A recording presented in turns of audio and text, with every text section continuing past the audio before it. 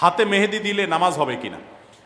হাতে যদি মেহেদি দেন মা বোনরা, তাহলে সেক্ষেত্রে নামাজের কোনো অসুবিধা হবে না, বরং মেয়েদের জন্য হাতে মেহেদি দেওয়া সুন্নাহ, ভালো।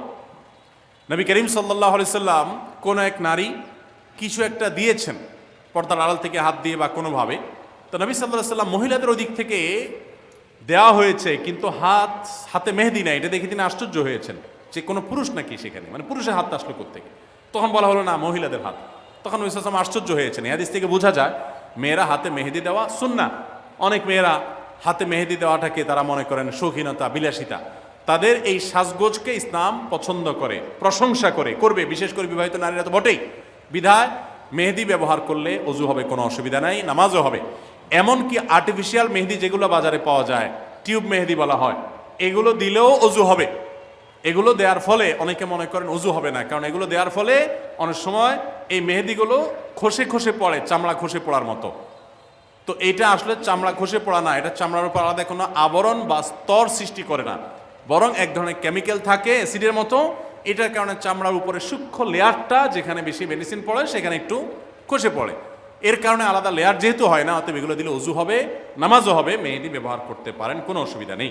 এবং মেহেদি চুলেও ব্যবহার করা যায়, পায়ে চাইলে পায়েও মেহেদি ব্যবহার করা যায়। অনেকে বলে না, যেই মেহেদি দাড়িতে চুলে ব্যবহার করা হয়েছে, নবী সাল্লাল্লাহু আলাইহি সাল্লামের সুন্নাহ যেটি আপনার দাড়ি চুলকে সাদা হয়ে গেলে সেটাকে অন্য কালারে, মেহেদির কালার ইত্যাদিতে পরিবর্তন করার নির্দেশ তিনি করেছেন, তাহলে সেটা কিভাবে আমরা পায়ে দিতে পারি। অনেকে বলেন এটা একেবারে অযৌক্তিক কথা, এবং শরীয়ত কোথাও এটা নিষেধ করে না যে পায়ে মেহেদি দেওয়া যাবে না, পায়েও মেহেদি দিতে পারেন।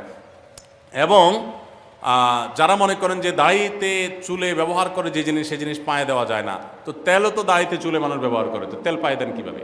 তো এটা যেরকম পারেন মেহেদিও একইভাবে দিতে পারবেন। আবার পুরুষরা অনেকে মেহেদি পরেন, ইসলাম শরীয়ত দৃষ্টিকোণ থেকে এটা অনুচিত কাজ, অনুত্তম কাজ, এটা ভালো কাজ না।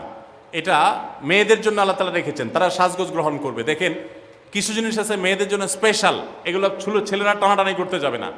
ছেলে মানুষ আপনি মেহেদি হাতে দিতে যাবেন না, আপনার মেয়ে, আপনার স্ত্রী, তাদেরকে মেহেদি হাতে দেওয়াবেন। আমাদের দেশে অনেক ছেলেরা আছে এই কাম করে। এখন কিয়ামত যত নিকটবর্তী হচ্ছে, ছেলেদেরটা মেয়েরা, মেয়েদেরটা ছেলেরা ধারণ করা শুরু করেছে। ছেলেদের জন্য, মেয়েদের জন্য নির্দেশ করা হয়েছে তারা ওড়না পরবে।